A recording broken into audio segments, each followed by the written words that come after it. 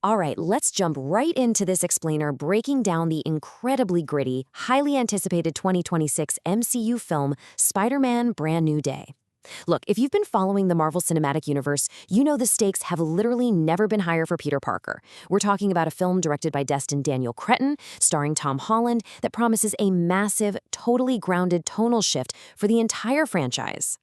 So think about this for a second. What actually happens when the entire world completely forgets you exist? We're jumping back in 4 years after the tragic conclusion of Doctor Strange's spell in No Way Home, where Peter has been left completely, utterly alone. He's not dealing with world-ending multiverse events anymore. Instead, he's anonymously protecting New York City. As the film's director put it, he's dedicating his entire existence simply to being Spider-Man.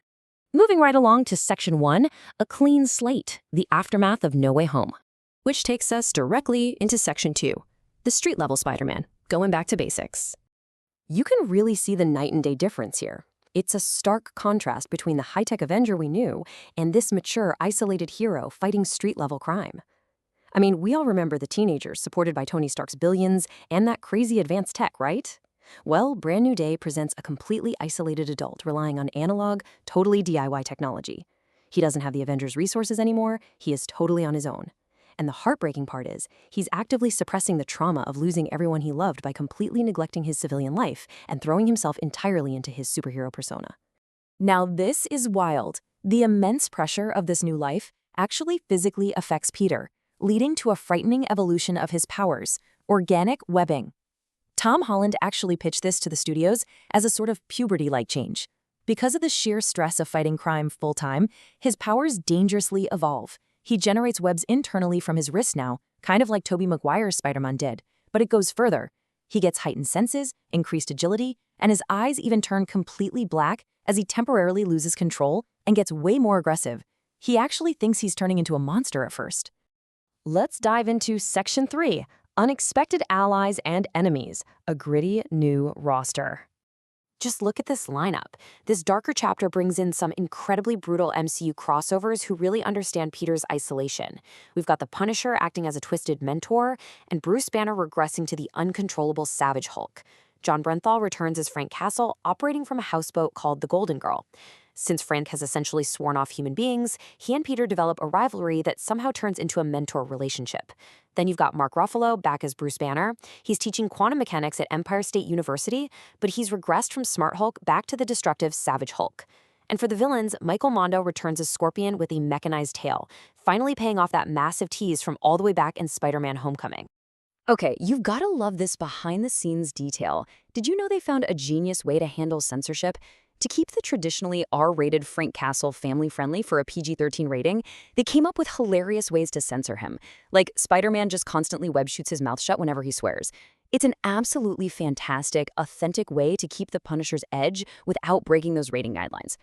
Meanwhile, Peter's old friends are just moving on. Zendaya's MJ actually has a new boyfriend at MIT, which obviously causes some major conflicting feelings for Peter. Jacob Batalon's Ned has built a Spidey tracker app to try and find Spider-Man, just to thank him for saving them back in high school. We also have Tremel Tillman stepping in to lead damage control. But get this, the producers have compared the absolute secrecy around Sadie Sink's undisclosed character to the massive shock and awe surprise of Tobey and Andrew showing up in No Way Home. So expect something huge there. Let's shift gears a bit for Section 4, the real-world creative journey, from delay to release. Getting this explainer's source material to the big screen was honestly a saga in itself. It took years of strikes, tense negotiations, and crazy scheduling conflicts to finally get Destin Daniel Cretton at the helm. Way back in August 2019, Sony and Marvel's negotiations completely broke down before they eventually reunited. Jumping to May 2023, the Writers Guild strike put a complete halt to early story development. By October 2024, Cretton was officially hired. But then, right after that, filming was delayed by 6 whole months because Tom Holland asked for time to film Christopher Nolan's movie, The Odyssey. Amazingly, Sony respected him enough to agree. All of this turbulence finally lands us at the theatrical release in July 2026. Tom Holland's deep creative involvement ensured the film tackles some really modern, relatable themes. As he notes here, Parker is at the beginning of the darkest chapter of his life. Holland really wanted to explore how easy it is in the digital age to just turn your brain to mush and avoid your problems. And that is exactly what Peter is doing, hiding behind the Spider-Man mask instead of confronting the reality that he's completely alone. Which brings us to the aesthetics in Section 5, Designing a New Day, the Analog Spider-Man.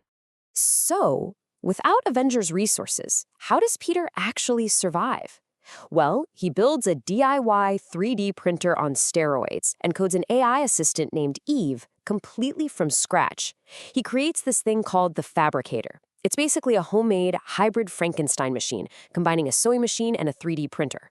And that's what he uses to build and repair his suit. And his new AI, Evie, is actually voiced by Naomi Watts. The suit itself is a real labor of love. Holland even tested out the old Maguire and Garfield costumes to help design this comfier, flexible Spider-Child suit that honors classic comic book art. In the story, Peter took inspiration from those two big brothers he met in No Way Home. It features a much tighter-fitting mask to give him a more mature silhouette. The belt is positioned a bit lower to create the illusion of a longer torso, and the overall proportions are intentionally designed to evoke the classic artwork of the legendary John Romita Sr. Now, here is the real kicker. The title, Brand New Day, isn't just about where the movie starts, it's a massive tease for the very final moment.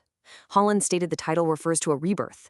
It's not just a fourth installment. It's the true first chapter of a brand new era for the character. And the whole meaning pays off right at the final frame. Which leaves us hanging on one massive question. Will Peter ever reclaim his civilian life? Or is this isolated hero his permanent reality? Can he ever find the balance between his personal life and his superhero duties? Or will this gritty, street-level vigilante be literally all that's left? It's a fascinating, heartbreaking look at the true cost of being a hero. Thanks so much for joining me on this explainer, and I'll catch you next time.